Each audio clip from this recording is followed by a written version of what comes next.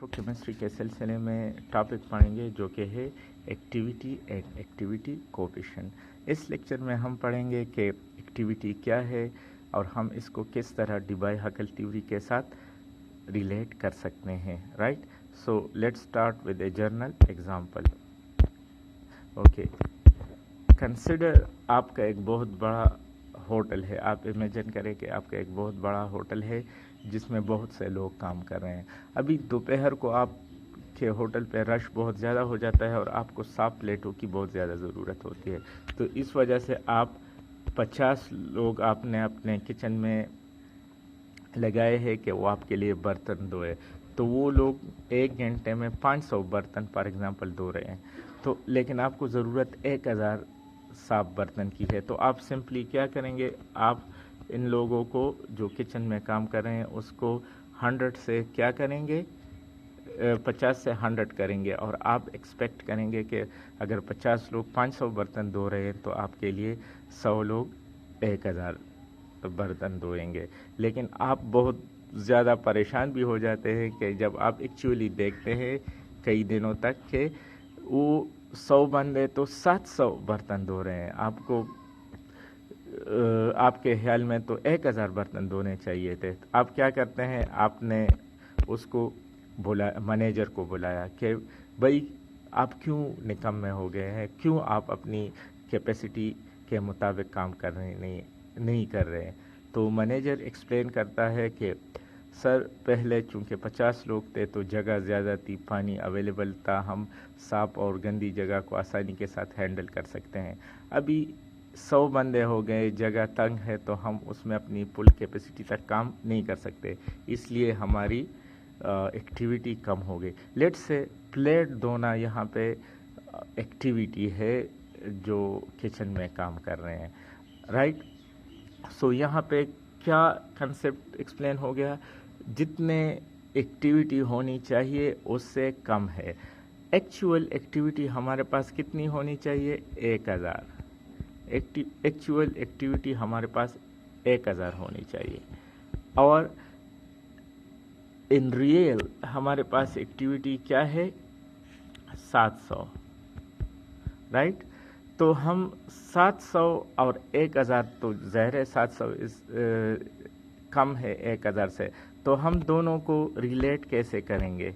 हम क्या करेंगे, दोनों को रिलेट तब करेंगे कि जब मैं इसको एक ऐसे, लेट्स से गामा एक फ्रैक्शन है, कि मैं इसको एक फ्रैक्शन से मल्टीप्लाई करूं तो दोनों बराबर होंगे। किस तरह, और इसकी वैल्यू किसके बराबर होगी,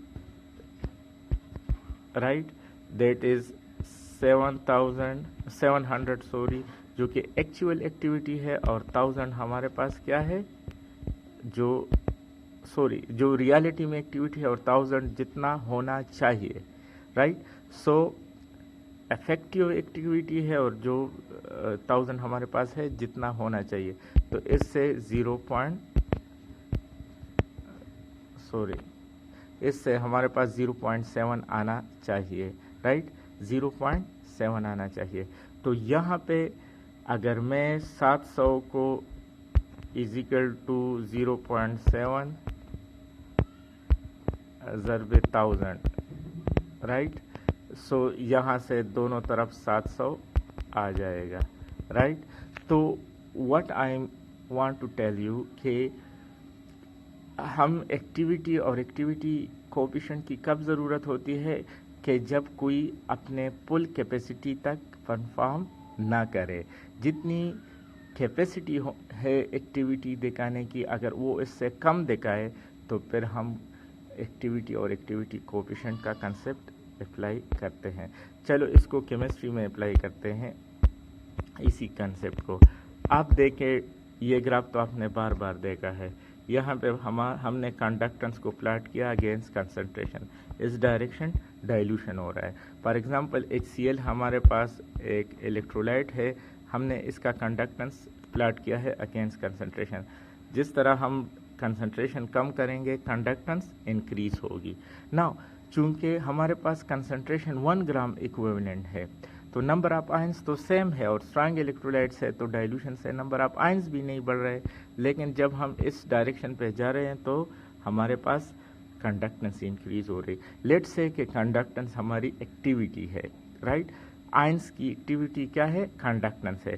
तो यू कैन सी इस कंसंट्रेशन पे, जब कंसंट्रेशन ज़्यादा है इसकी एक्टिविटी इतनी है, जब कंसंट्रेशन इंक्रीज हो रहा डिक्रीज हो रहा है तो इसकी कंडक्टेंस ज़्यादा हो रही है। और यहाँ पे इसकी कैपेसिटी कितनी है? मैक्सिमम है जितनी कैपेसिटी। तो देखें यहाँ पे क्यों कम है, यहाँ पे क्यों ज़्यादा है, तो मैंने वो आपको डिवाई हकल थ्योरी में एक्सप्लेन किया था।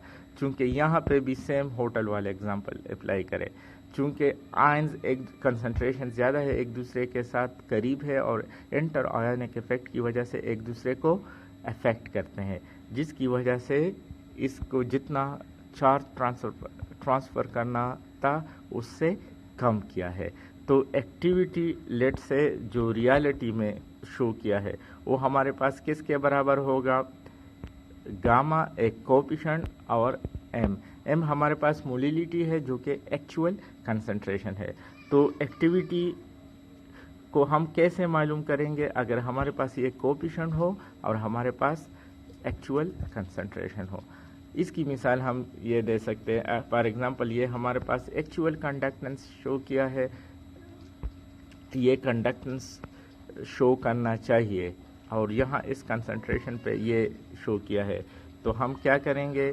ये हमारा एक्टिविटी है जो यहाँ शो किया है और एम यहाँ पे एक्चुअल कंडक्टेंस जिसने शो किया है, दोनों को डिवाइड करें तो हम एक्टिविटी फाइंड आउट कर सकेंगे, right. So let's study. Activity was introduced by G.N. Lewis in, थोड़ा सा बड़ा करने दे। एक्टिविटी को किसने इंट्रोड्यूस किया था? by G.N. Lewis in 1908. Activity shows the deviation of an electrolytic solution or gas from ideal solution. Activity का main point क्या है कि ये आइडियल सोल्यूशन से हमें डिविएशन शो करता है। अगर एक्टिविटी कंसंट्रेशन जितना हो, मतलब 100 लोग हो और वो 100 लोगों जितना काम करे, तो हमारे पास जितना कंसंट्रेशन है उतनी एक्टिविटी है। लेकिन अगर लोग 100 हो और काम कितने का करे, 100 से कम का करे, तो वो हमारे पास आइडियल बिहेवियर नहीं होगा। When a solution is at infinite dilution, the ions are far from each other and inter-ionic effect is almost negligible. जब सोल्यूशन डाइल्यूट होगा तो आयंस एक दूसरे से दूर होंगे, जिसकी वजह से इंटर आयोनिक इफेक्ट नहीं होगा, due to which all ions are available for conductance. As a result the solution behave ideally and effective concentration is equal to real concentration. Effective concentration क्या है? वो लोग जो काम कर रहे हैं, राइट। और एक्चुअल कंसंट्रेशन क्या है कि जो लोग आपने काम पे लगाए हैं। फॉर एग्जांपल आपने 100 लोग काम पे लगाए हैं, तो अगर वो सारा अपना काम करे तो 1000 प्लेटें धोएंगे, लेकिन सारा अपना काम नहीं करेंगे तो 700 प्लेटें धोएंगे। तो यहाँ पे वही एग्जांपल आप रिलेट करें। हमारे पास जो एक्टिविटी है रियलिटी में, जो इफेक्टिव कंसंट्रेशन है, जो एक्चुअली काम कर रहे हैं, और जो आपने लिया है यहाँ पे एम मोलिलिटी है, दोनों का रेशो हमारे पास एक्टिविटी कोएफिशिएंट के बराबर है। आर हमारे पास एक्टिविटी कोएफिशिएंट, सॉरी गामा हमारे पास एक्टिविटी कोएफिशिएंट है, ए हमारे पास एक्टिविटी है और एम आपके पास एक्चुअल कंसंट्रेशन है। मतलब क्या है कि आपने 1 मोल लिया है और 1 मोल को कंडक्टेंस एक्चुअली करना चाहिए था लेट्स से 0.5 यूनिट और उसने किया 0.3, तो उसने कम काम किया अपने एलिमेंट से। तो जो इफेक्टिव कंसंट्रेशन है डिवाइडेड बाय एक्चुअल कंसंट्रेशन, उससे हम रेशो एक्टिविटी कोएफिशिएंट का मालूम कर सकते हैं। यहाँ पे हम ए को इफेक्टिव कंसंट्रेशन जिन्होंने एक्चुअली काम किया है और एक्चुअल कंसंट्रेशन हमारे पास जो आपने एक्चुअल कंसंट्रेशन लिया था। फॉर एग्जांपल आपने यहाँ पे लोग 100 लिए थे, एक्चुअल आपके पास 100 है, लेकिन वो काम कितने का कर रहे हैं? आइडियल कंडीशन में 700 प्लेटें कितने लोग धोएंगे? अगर 50 लोग 500 धो रहे हैं तो 500 प्लेटें 50 लोग धो रहे हैं तो 700 प्लेटें कितने धोएंगे? तो मैं भी 50 लोग अगर 500 तो मैं भी एक्चुअली 75 लोग इसको धो सकते हैं, राइट?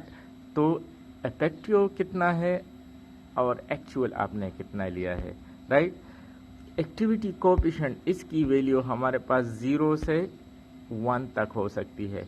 अगर आपके लोग बिल्कुल काम ना करें, फॉर एग्जांपल 100 लोग लिए हैं, वो कहे कि बिल्कुल 100 लोग हम यहाँ काम नहीं कर सकते, एक भी प्लेट ना धोए, तो फिर वो एक्टिविटी कोएफिशिएंट की वैल्यू 0 होगी। अगर सारे लोग 100% काम कर रहे हैं, अगर इफेक्टिव कंसंट्रेशन और एक्चुअल कंसंट्रेशन हमारे पास बराबर हो तो फिर गामा की वैल्यू हमारे पास 1 आएगी। तो 1 मीन्स आइडियल सिचुएशन और 0 टू लेस देन 1 जब होगा तो वो नॉन आइडियल सोल्यूशन होगा। जितना 1 की वैल्यू कम होगी, जितनी गामा की वैल्यू 1 से जितनी ज़्यादा कम होगी उतना नॉन आइडियलिटी ज़्यादा होगी, राइट? देखिए इस अगर आप एक्टिविटी को एक्चुअल ये हमारे पास इफेक्टिव कंसंट्रेशन है या एक्टिविटी है, यहाँ पे एक्चुअल कंसंट्रेशन है, इन दोनों को प्लॉट करें तो ये हमारे पास क्या आएगा? अगर आइडियल होगा तो स्ट्रेट लाइन आएगा और अगर नॉन आइडियल है तो ये डिविएट होगा। लो कंसंट्रेशन पे तमाम सोल्यूशन मोस्टली आइडियल बिहेव करते हैं, लेकिन जब कंसंट्रेशन ज़्यादा होगा तो आइडियलिटी से डिविएट होगा। यहाँ पे गामा की वैल्यू 1 होगी यहाँ से, और यहाँ पे 1 से कम होगी, right? Okay. Factors affecting activity and activity coefficient. हमारे पास 3 फैक्टर है, टेम्परेचर है, प्रेशर है और कंसंट्रेशन है, जो हमारे पास एक्टिविटी कोएफिशिएंट को अफेक्ट करती है।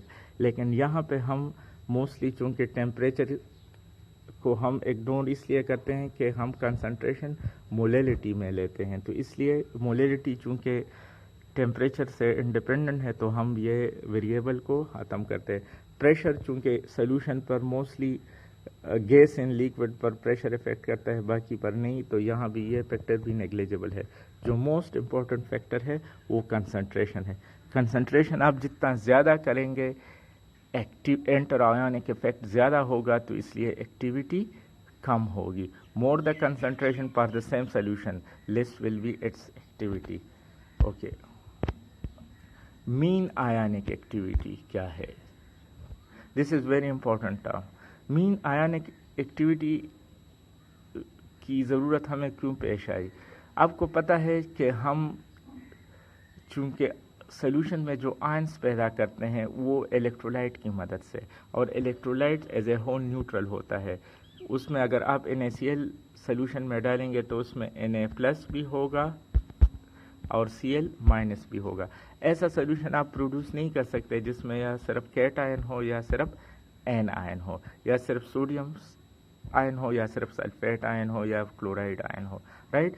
चूँकि हम आयंस को इलेक्ट्रोलाइट से पैदा करते हैं तो इसी वजह से हमारे पास सोल्यूशन में पॉजिटिव और नेगेटिव आयंस दोनों होंगे। फॉर एग्जांपल अगर आप कंडक्टेंस की बात करें तो कंडक्टेंस तो पॉजिटिव आयन भी कंडक्ट करते हैं और नेगेटिव आयन भी कंडक्ट करते हैं। अभी आपको पता नहीं है कि पॉजिटिव आयन ने ज़्यादा कंडक्ट किया है, कम किया है, उसकी एक्टिविटी कितनी है और नेगेटिव की कितनी है। मसलन आपके होटल में जो 100 लोग आपने डाले हैं, 50 लोग आपके होटल के हैं और 50 लोग आपके भाई के होटल के हैं, आपने इकट्ठे किया है। सारों ने इकट्ठे 700 प्लेटें धोए हैं। अभी आपने को पता नहीं है कि मेरे वाले होटल के कितनी एक्टिविटी थी और उसकी कितनी एक्टिविटी थी, तो इसके लिए आप एवरेज एक्टिविटी के दोनों की एवरेज एक्टिविटी इतनी थी, तो इसलिए हम मीन आयोनिक एक्टिविटी यूज़ करते हैं। ओके, अब एक और इम्पोर्टेंट पॉइंट जो यहाँ पे है वो क्या है, यहाँ पे देखें, सोडियम की एक्टिविटी क्लोरीन से इफेक्ट होगी। जिस तरह कालराश ने कहा था कि इनफाइनाइट डाइल्यूशन होगा तो आयंस इंडिपेंडेंटली कंट्रीब्यूट करेगा, लेकिन अगर डाइल्यूशन इनफाइनाइट ना हो तो फिर एन आयन उसको इफेक्ट करेगी। यह सोडियम अगर क्लोरीन के साथ होगा तो उसकी एक्टिविटी एक होगी, अगर सोडियम सल्फेट के साथ होगा तो उसकी एक्टिविटी दूसरी होगी। एनायन कैटायन की एक्टिविटी को इफेक्ट करेंगे और कैटायन एनायन को। तो इसलिए यहाँ पे कंसेप्ट हम अप्लाई करते हैं mean ionic activity. For example हमारे पास एक सॉल्ट है, for example we have this salt, let's study mean ion activity in detail. AXBY, AXBY का मतलब है कि Al2O3, तो X क्या है, 2 और 3 के कितने एटम्स है कंपाउंड में। जब इसको आप आयोनाइज करते हैं तो XA+ बन जाता है, YB-, राइट। A एक्टिविटी है A एटम्स की और B आयंस की, और B एक्टिविटी है B आयंस की, राइट। तो मीन आयनिक एक्टिविटी, यहाँ पे A हमारे पास क्या है, मीन आयनिक एक्टिविटी है, वो A+X और A-Y की बराबर है।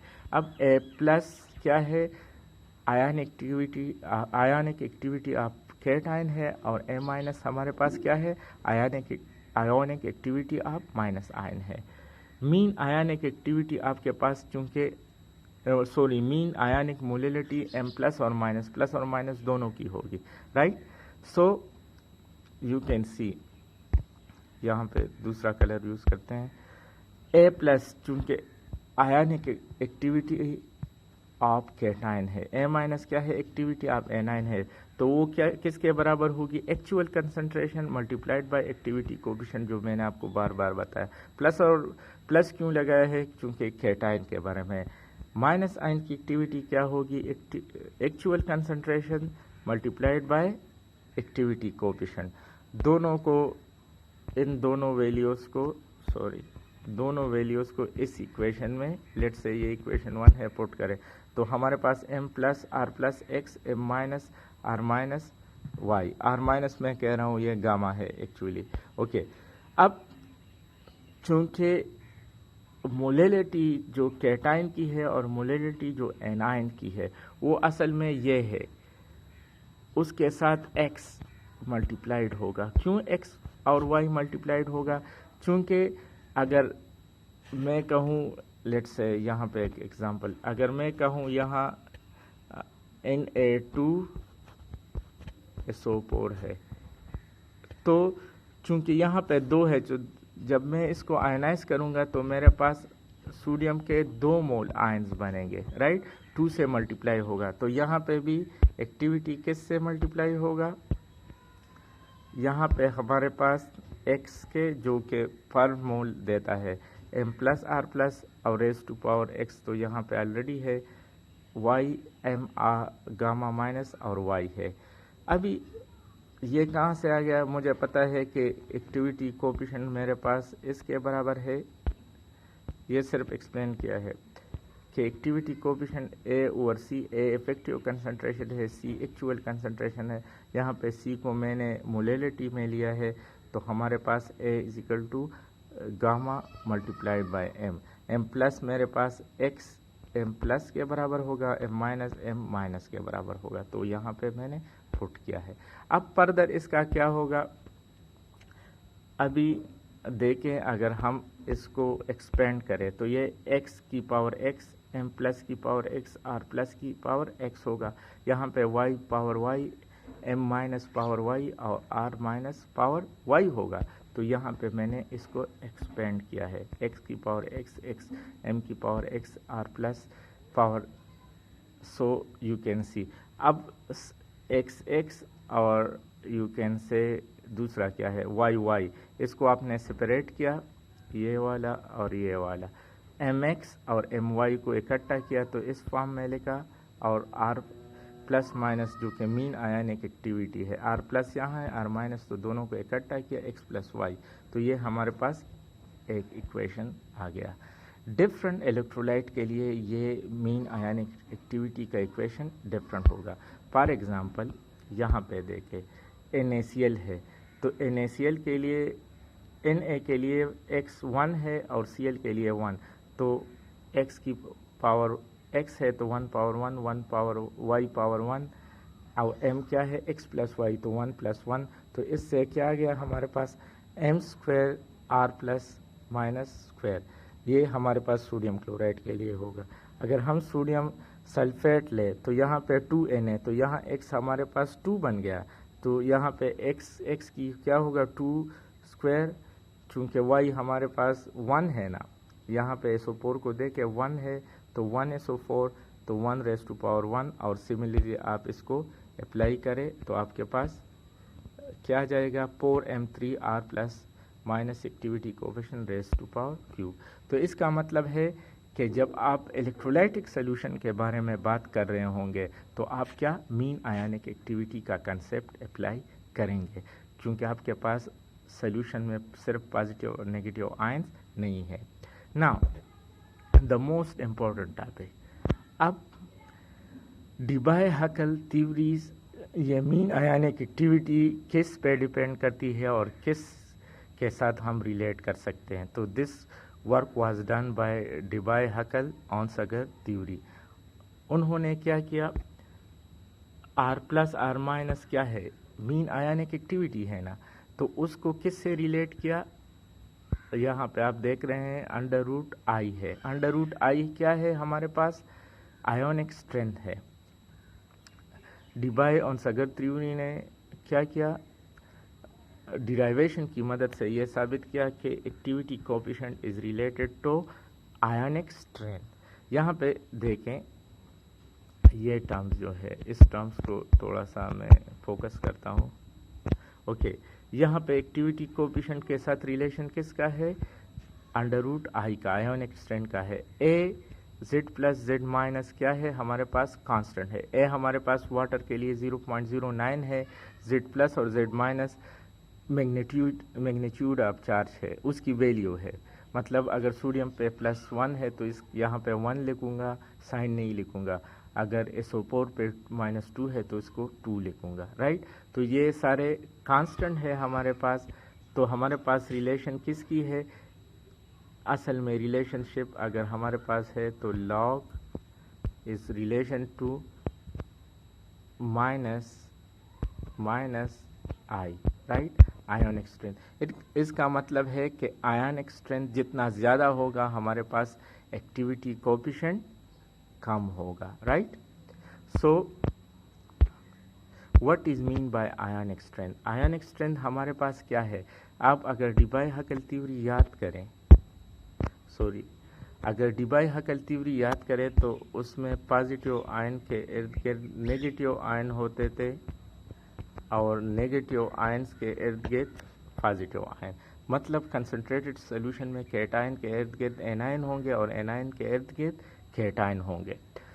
तो इसी को आयनिक स्ट्रेंथ कहते हैं उस आयंस का। अगर सॉल्यूशन का as a whole ionic strength 0 होता है क्योंकि वो न्यूट्रल होता है, लेकिन पर यूनिट एरिया चूँकि आयंस के इर्द गिर्द आयोनिक एटमॉस्फेयर होगा तो उसको आयोनिक स्ट्रेंथ कहेंगे। अगर आयोनिक स्ट्रेंथ जितना ज़्यादा होगा तो उतना क्या होगा, उतना उसके सराउंडिंग में आयोनिक एटमॉस्फेयर ज़्यादा होगा, और आयोनिक एटमॉस्फेरिक जितना ज़्यादा होगा तो जिस तरह हमने डीबाय-हकल थ्योरी में पढ़ा है उसका एंटर आयोनिक इफेक्ट ज़्यादा होगा। अगर एंटर आयोनिक इफेक्ट ज़्यादा होगा तो उसकी एक्टिविटी कम होगी। मैथमेटिकली आयोनिक स्ट्रेंथ हमारे पास बराबर है किसके, it is equal to 1/2 summation CI ZI²। ZI² charge है जबकि CI कंसंट्रेशन ऑफ आयन है। फॉर एग्जांपल 0.1 मोलर NaCl है तो 1/2 0.1 सोडियम की कंसंट्रेशन है मल्टीप्लाइड बाय 1², चूँकि इसकी आयंस की 1 है वैलेंसी। सिमिलरली क्लोरीन की 0.1 है और -1² का है तो इसकी आयोनिक स्ट्रेंथ 0.1 हो गई।